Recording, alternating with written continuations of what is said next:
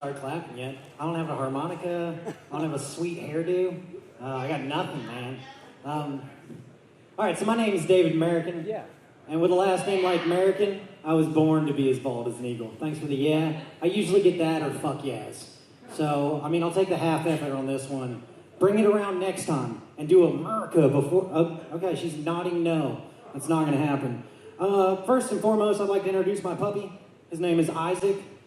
And I apologize that he is so freaking adorable. I know, he really is. He's like super cute. I didn't pick him. It's not like there's a lineup at the VA when you go in there. And you're like, yeah, I'll take the, actually, can I get the pug with the fucked up eye so no one ever talks to me? That'd be fucking great. No, that's not how it goes. No, he actually showed up as a rescue dog one morning. Just like, jumped into my lap, was choking on his collar, and I know I'm heartless, but could you say no to that face? Seriously, like a couple of you are nodding like it definitely wouldn't happen. I went back into the VA and I talked about it. I was like, hey guys, look, I gotta address something. I appreciate you guys putting me through that Saturday afternoon DUI special course for a service dog, where I left at noon with a certificate, and they were like, by the Father, the Son, and the government, you are now a service dog. Bill faithfully and attack bartenders and managers. Good luck to you and your journeys. And I was like, hey man, can I get a bigger dog? Like something a little more, I don't know how to say this, but he fucking fits in my purse and I want to stop carrying it. And they were like, look Dave, we hate to tell you this, but you're like only 60% disabled. There'd been some budget cuts and that's all we could afford. Which, first and foremost, like, how fucked up do you have to be to get a German Shepherd? Like, 132%? You gotta be 200% disabled. Like, when they can ship me places in a box, a German Shepherd could carry that box and be a service dog. But until then, no. And I marched out of that place. I was a little pissed off. And I know my muscle memory is a little fuzzy. But I feel like they took away my 12-pound service rifle and gave me a 12-pound service puppy. Yeah, I guess they're hoping, like, if I freak out in the crowd or something, because I'm white and bald, that I'll just remember my training and shoot people an adorable look. Just... I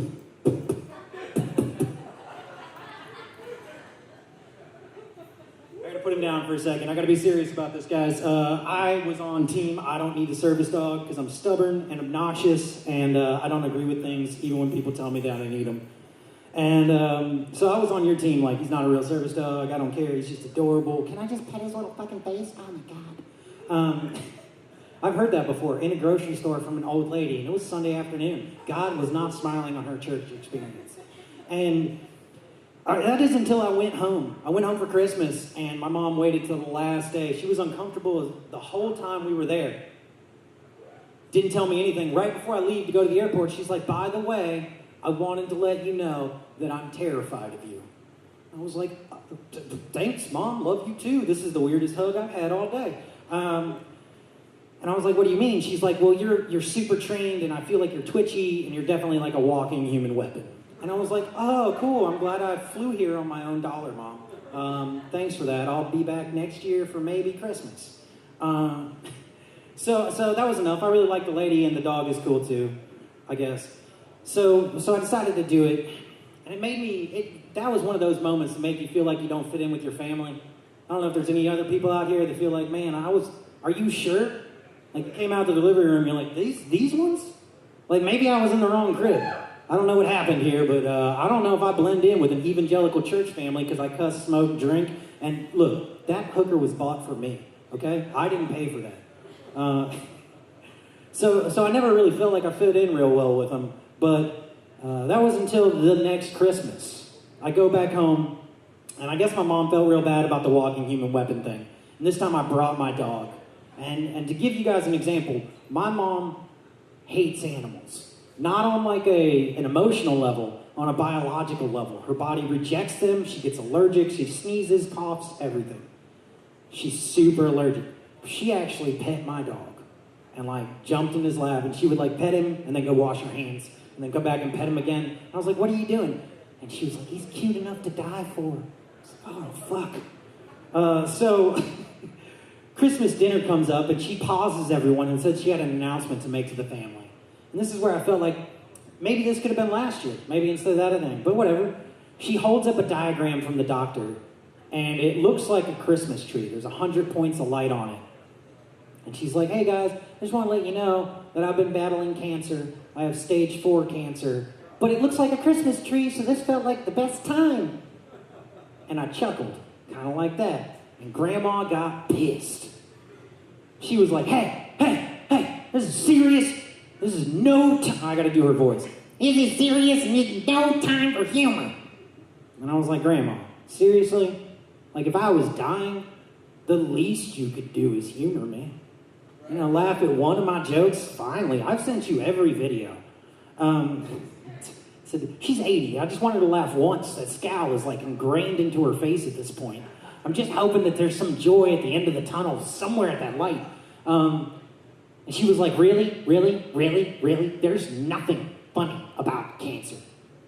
I was like, well, you know, Grandma, if wasabi got cancer, would it need chemosabi?